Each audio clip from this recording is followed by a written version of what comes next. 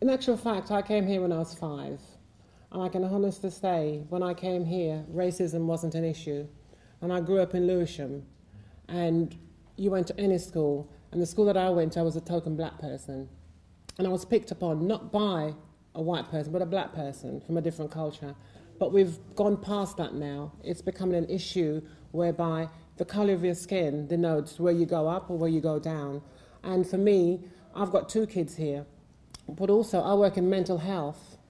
And over the past 16 years, I've seen, because you're compassionate about how you explain yourself, even if you can't speak English enough to articulate what you want to say, you're in a police station, you're seen by the FME, you're mentally ill, you're schizophrenic. And once you get into the system, it follows you through and through. But more importantly now, the stop and search, it's schizophrenia itself, in the sense that you can't walk without feeling paranoid that you're going to be stopped, and the reason why you're going to be stopped. Are you asking for why? Because you can't. And if you dare to talk back, you're arrested anyway. And in our out-of-hours service, we have to actually go and placate the reason why this person shouldn't be here, because he's just excited because he doesn't know why you've stopped him. But it's fallen on deaf ears, and I think this government should sort of enhance and nurture its youth, not persecute them by stopping and searching, infringing their civil rights, really. And I'm driving home from work after a hard day, passing Paddington Green Police Station or Harrow Road. 2 youths meet up, talking, and they're stopped. Not by marked cars.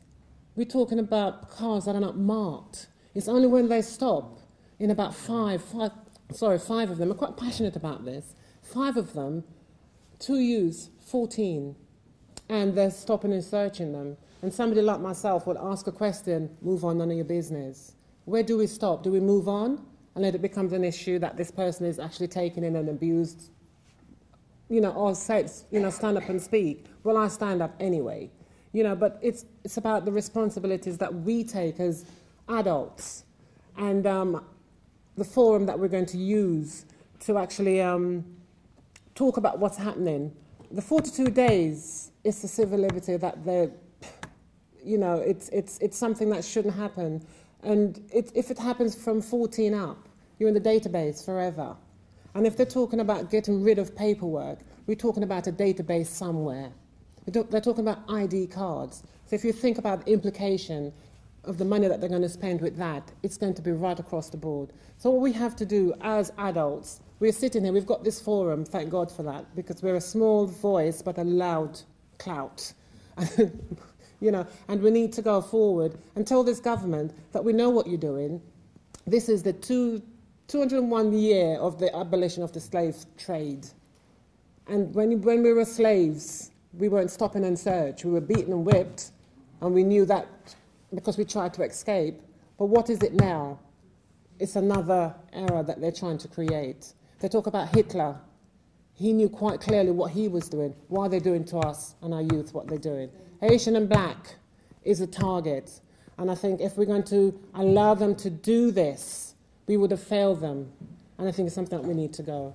And I hope I made sense. Thank you very much.